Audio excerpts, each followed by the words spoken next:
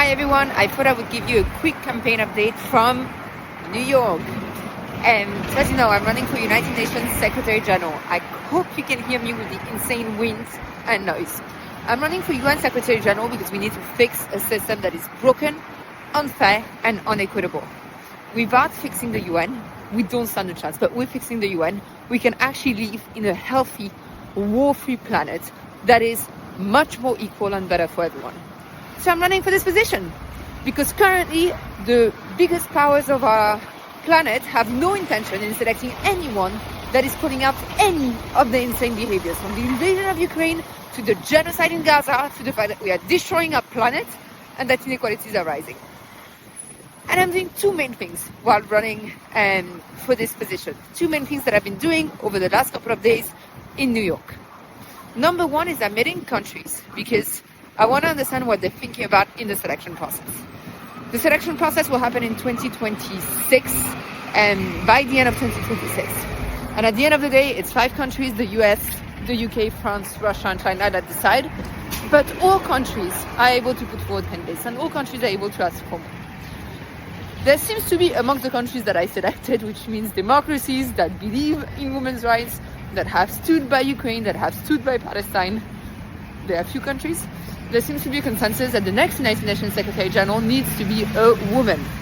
That's because in 80 years there's never been a woman, which is insane. And that's very good news. A lot of them are trying to find ways to increase the transparency a tiny bit of the process. Again, I think my candidacy is needed because we need to check it up. It's not just a tiny bit. We need to ensure that it's completely radical. People like us should have a say. The UN should be ours. We should be able to run, to elect, to make decisions. That's one thing. The second thing I'm doing here is we are trying to pass at our class something called a Freedom Emergency Declaration. So one of the reasons for which the UN is failing, one of the reasons for which people have lost trust in the system is because it is hypocritical as hell. Sorry, I'm about to get run over. Hypocritical as hell. And we've seen it. Countries have called out Russia's invasion of Ukraine, which they should, but not Israel's genocide of Gaza, or vice versa. We've seen how countries choose to apply international law when convenient for their friends and choose to look away when not convenient. It is insane, unacceptable, and would lead to the UN's destruction. It's how its predecessor, the League of Nations, died. The thing is, we can't have the UN die. It's our best hope for the future. It actually is very tangibly our best hope for the future.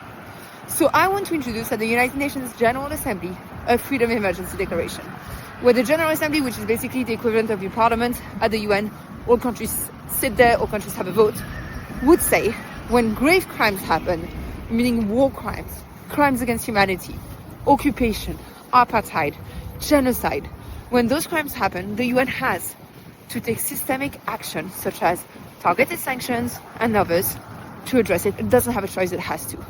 I want this resolution to pass at the United Nations General Assembly because it would give an extremely clear signal that business as usual is fucking over and that from now on the UN will do what it's supposed to be doing.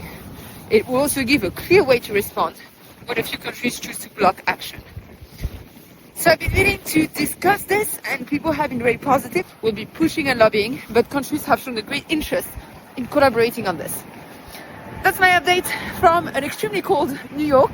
I'll give more details and we'll post more about it, but it's very positive to see that ambassadors are willing to discuss both the selection process and the Freedom Emergency Declaration. It makes me incredibly happy and gives me hope at a moment where I think we really need it, that some are looking at the United Nations with critical eyes, but also loving eyes, and deciding that it's worth reforming and fighting for. Let me know what you think, and I'll send you another update soon.